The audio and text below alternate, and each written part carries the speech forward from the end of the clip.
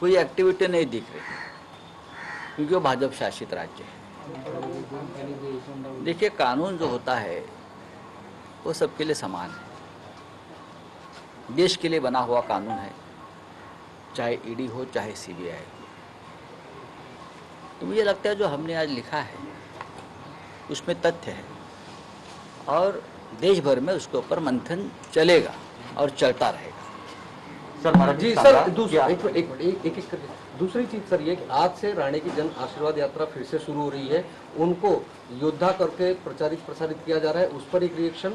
दूसरा, बीजेपी की एक लेटर पॉलिटिक्स की शुरुआत हुई है, बीजेपी सीएम को हीरक महोत्सव या अमृत महोत्सव का फर्क बताने के लिए लेटर लिखेगी, इस पर क्या कहेंगे? अच्छा, लेटर लिख रही है, लिखना पढ़ना भी आता है उनको, अच्छी बात है। हमें देश की स्वतंत्रता संग्राम, रिपब्लिक डे, क्रांति के बारे में, इतिहास के बारे में महाराष्ट्र को समझाने की और बंगाल को समझाने की ज़रूरत नहीं है। ये दोनों राज्य, जैसे कि कल मिस्टर राणे जी ने कहा कि हम महाराष्ट्र का बंगाल नहीं होने देंगे। देखिए, ये एक बंगाल जैसे क्रांतिकारियों की भूमिका अपमान है, आपको बताना चाहता हूँ। और साथ साथ तो महाराष्ट्र का भी अपमान करना चाहते हैं केंद्रीय मंत्री। पश्चिम बंगाल ने इस देश के स्वतंत्रता संग्राम में जो योगदान दिया है महाराष्ट्र के साथ, जिस मंत्री को उस योगदान की याद नहीं, वो हमें 15 अगस्त क्या है, 26 जनवरी क्या है, वो सिखाना चाहते हैं। पहले इतिहास पढ़ो। भारतीय जनता पार्टी ने अपने पार्टी में जो नए नए ऐसे लोग आए हैं उनके इतिहास की किताब देनी चाहिए। पश्चिम बंगाल और महाराष्ट्र का जो इतिहास है, छत्रपति शिवाजी महाराज से लेकर पश्चिम बंगाल में चाहे राजा राम मोहन राय हो, चाहे बिपिन चंद्र पाल हो, सुभाष चंद्र नेताजी बोस हो, और ममता बनर्जी तक लड़ने वाले लोग हम सब है। यहाँ बाला साहब ठाकरे, थोड़ा इतिहास जानो, समझो, और फिर हमारे साथ डिबेट में बैठो। इस लेटर पॉलिटिक्स पे क्या कहेंगे? क्या दबाव लाने की कोशिश की जा रही है? देखिए, आप लेटर पॉलिटिक्स करो या गटर पॉलिटिक्स करो, हमारे साथ मुकाबला करना नामुमकिन है। आप करते रहिए, ये आपका फ्रस्ट्रेशन है, वैफल्य मराठी में बोलते हैं उसको, ये आपका फ्रस्ट्रेशन है। आप इस तरह से मत निकालिए। आप अगर विपक्ष के नेता हो, विपक्ष पार्टी आपकी है, आप कुछ विधायक काम करिए देश के लिए और महाराष्ट्र के लिए। इस प्रकार की जो भाषा का इस्तेमाल आप बार बार करते हो, ये क्या पॉलिटिक्स करने का भी एक तरीका है। हम सब पॉलिटिक्स में है, हम सब पब्लिक लाइफ में है, हम एक दूसरे के ऊपर टीका टिप्पणी आरोप प्रत्यारोप करते हैं। डेमोक्रेसी में सब चलता है हिंदुस्तान को, हम भी सहन करते हैं, आप भी सहन करते हैं। लेकिन गत 2 साल से जो चल रहा है बीजेपी के अंदर, जो बाहर से लोग आए हैं घुसपैठ, जैसे हिंदुस्तान में बांग्लादेशी घुसते हैं और पूरा देश खराब कर लेते हैं, टेररिज्म से लेकर, हाँ, क्या बोलता हो, नार्को यानी अम्लीय पदार्थ, तो ऐसा ही हो रहा है ना। भारतीय जनता पार्टी की शुद्धिकरण की जरूरत है। बहुत बड़ी पार्टी है, बहुत बड़ा बड़ा काम हिंदुत्व के लिए पार्टी ने किया है। हमने 25 साल उस पार्टी के साथ निकाले हैं, मुझे मालूम है। बाला साहब ठाकरे जी और अटल जी के क्या रिश्ते थे, बाला साहब ठाकरे जी और आडवाणी जी के क्या रिश्ते थे, बाला साहब ठाकरे जी, उद्धव ठाकरे जी और मोदी जी के क्या रिश्ते थे और है, हमें मालूम है। लेकिन जिनको मालूम नहीं है, ये सब जो बाहर से आए हुए लोग हैं, वो इस प्रकार से शिवसेना और बाला साहब ठाकरे जी की पार्टी के ऊपर या उद्धव जी के ऊपर और हम सब के ऊपर कीचड़ उठा। भविष्य में दोबारा ऐसे रिश्ते बनने की कोई संभावना दिखती है? देखिए, राजनीति होती है, राजनीति में सिर्फ वैचारिक मतभेद होते हैं। जिस तरह से मिस्टर राणे ने जो शुरुआत की है उसे वैचारिक मतभेद नहीं कहते, वो तो जाति दुश्मनी निकालने की बात करते हैं। अगर आप जाति दुश्मनी कोई भी हो, किसी भी पार्टी के लोग हो, आप राजनीति में जाति दुश्मनी के लिए काम मत करिए, आप देश के लिए काम करिए, आप राज्य के लिए काम करिए। जो आपको अपनी बात रखनी है, आप डेमोक्रेसी में बहुत से मंच पर जाकर अपनी बात रख सकते हो, चाहे मीडिया हो, चाहे पार्लियामेंट हो, चाहे जनसभा हो। अगर आप जन आशीर्वाद यात्रा पूरे देश में निकाल रहे हो तो मुझे बताइए, हर राज्य में जन आशीर्वाद यात्रा चल रही है, कौन से राज्य में इस प्रकार का बखेड़ा खड़ा हुआ? सिर्फ महाराष्ट्र में क्यों? क्या आप इस बारे में सोचा है कभी भारतीय जनता पार्टी के महाराष्ट्र के नेताओं ने? बिहार में चल रही है, पश्चिम बंगाल में चल रही है, उत्तर प्रदेश में चल रही है, हरियाणा में चल रही है, सब जगह पे चल रही है। आप में इतनी गर्मी है, आप में इतनी गर्मी है तो जाइए गाजीपुर में, जाइए जहां किसान बैठा है 2 साल से, उनके से होकर बोलिए जो बोलना है हो, उनके सामने जाकर अपनी गर्मी निकालिए, किसानों के साथ बात करिए। वहां जाने की हिम्मत नहीं आप। सर लास्ट क्वेश्चन, दोनों पार्टियां कभी एक साथ आ सकती है, ऐसी कोई संभावना? देखिए, बात ऐसी है, हमारे रिश्ते ना कभी खराब हुए थे ना कभी खराब होंगे। हम एक वैचारिक बंधन से हमेशा जुड़े रहे हैं और वो बंधन हिंदुत्व का है। हम अलग हुए हैं लेकिन हमने कभी एक दूसरे से जाति दुश्मनी का माहौल नहीं बनाया। कभी भी हम एक दूसरे के कार्यालय के ऊपर पत्थरबाजी नहीं की थी, एक दूसरे के कार्यकर्ताओं के ऊपर हमला नहीं किया था हमने। लेकिन ये इसलिए हुआ है कि जो बाहर से आए हुए लोग हैं बीजेपी में, वो चाहते हैं कि इस प्रकार का संघर्ष चले और हमारे नेतृत्व को आगे जाने दीजिए। उससे सबसे बड़ा खतरा मैं आपको बताना चाहता हूँ, महाराष्ट्र के बीजेपी के जो वर्तमान नेता है उनको है। मैं बताता हूँ, मेरे साथ जो खड़े हैं नासिक के हमारे कार्यकर्ता हैं, उनको कार्यकर्ता ने आंदोलन में भाग लिया था, पुलिस उनके भी पीछे पड़ी है, ठीक है। तो हमारे भी कार्यकर्ताओं के ऊपर पुलिस पीछे पड़ी है, ऐसा नहीं कि कानून सिर्फ उनको ही पकड़ रहा है। अभी वो एंटीसिपेटरी के लिए जा रहे हैं, कोशिश करेंगे। सर ओआईसी ने तालिबान का सपोर्ट किया है, साथ ही साथ ओवैसी जैसे कई ऐसे नेता हैं जो कह रहे हैं कि भारत सरकार जो है देखिए कल उसके ऊपर ऑल पार्टी मीटिंग में विस्तार से चर्चा हुई है। मैं अभी बाहर चर्चा नाही करूंगा। सर मराठीमध्ये सांगा, सामना भी हो गया।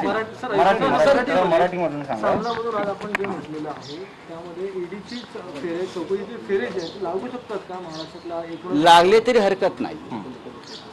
आपण पाहिला असेल की महाराष्ट्र असेल, पश्चिम बंगाल असेल, झारखंड असेल, छत्तीसगड असेल, काही ठिकाणी जम्मू काश्मीर सुद्धा, इथे या सगळ्या तपास यंत्रणा फार वेगाने आणि जोरात काम करतात, करू द्या। पण इतर राज्यामध्ये काही घडतच नाहीये का? घडतंय ना, इथे सुद्धा आमच्यापेक्षा काही भयंकर गोष्टी घडत आहेत। पण महाराष्ट्रामध्ये अनिल देशमुखांच्याच मागे लागत आहेत। महाराष्ट्रात प्रतापराव सरनाईक आमचे आमदार, त्यांच्या आणि त्यांच्या कुटुंबाच्या मागे लागलेले आहेत। अन्य काही लोकांना नोटिसा जात आहेत। आम्ही नावं देतो ना तुम्हाला, नोटिसा कोणाला पाठवायच्या। माझ्याकडे मी मागे बोललो तर माझ्याकडे 100 नावं तयार आहेत। मी थांबलोय, मी अजूनही थांबलोय। एक लक्षात घ्या, अजूनही थांबलोय। देशभरातली 100 नावं आणि त्यांचे कारनामे माझ्याकडे आहेत आज, आणि मी ती देणार। त्याच्यामुळे काय करतात ते, आता मी पाहिलं की त्या ईडीचे काही प्रमुख अधिकारी भाजपात सामील होत आहेत। म्हणजे कालपर्यंत तुम्ही ईडीमध्ये बसून भाजपात चालवत होतात ना। चलिए नारायण राणे जनयात्रा पुन्हा एकदा सुरू होते, काय वाटतं? या योद्धा समजलं जातं आणि योद्धा म्हणून बॅनरबाजी संपूर्ण सिंधुदुर्गात करण्यात आली। संभाजी महाराजांची उपमा देखील दिलेली आहे जठारांनी। अरे बापरे, छत्रपती संभाजी महाराज, छत्रपती शिवाजी महाराजांची तुलना कोण कोणाशी करत आहे का अपराध आहे? आम्ही शिवसेना भवनात शिवसेना प्रमुखांचा पुतळा हा थोडासा वेगळ्या पद्धतीने लावला तरी मराठा संघटनेने आक्षेप घेतला होता। बाळासाहेब ठाकरे किती महान नेते, ज्याने छत्रपती शिवाजी महाराजांचं कार्य पुढे नेलं। आता जर प्रति छत्रपती जर कोण समजत असेल तर या संघटना पाहतील, जागरूक आहेत। तिकडे संभाजी भिडे आहेत ना, आमचे मनोहर भिडे, त्यांना या गोष्टी आवडत नाहीत, ते बंद करतील सगळं। त्याने आमच्या विरोधात बंद केलेलं आहे अनेकदा, करू द्या। पण एक सांगू का, राजकारणामध्ये अशा प्रकारची यात्रा काढणं, रथयात्रा काढणं याला बंधन अजिबात नाही आहे. काढल्या पाहिजे. लोकांचा पाठिंबा जर तुम्हाला मिळत असेल, पण या जनआशीर्वाद यात्रेचा हेतू आपल्याकडल्या महाराष्ट्रातल्या लोकांना समजलेला नाही आहे. मी त्यांना सांगू इच्छितो, मोदीजींना काय सांगायचं आहे हे आपल्या लोकांना कळलेलं नाही आहे. इथे मोदीजींनी म्हणजे प्रधानमंत्र्यांनी ही यात्रा यासाठी काढा सांगितलं आहे की सरकार देशासाठी काय काम करत आहे हे लोकांपर्यंत जाऊन सांगा, हे लोकांना सांगा. त्यांचं असं म्हणणं आहे, ते योग्यही असेल, की पार्लमेंट चालू शकलं नाही यावेळेला, त्याच्यामुळे अनेक गोष्टी लोकांसमोर गेल्या नाहीत. तेव्हा या मंत्र्यांनी, नवीन मंत्र्यांनी आपापल्या भागात जाऊन सरकारच्या कार्याच्या संदर्भातली माहिती जनतेला द्यावी.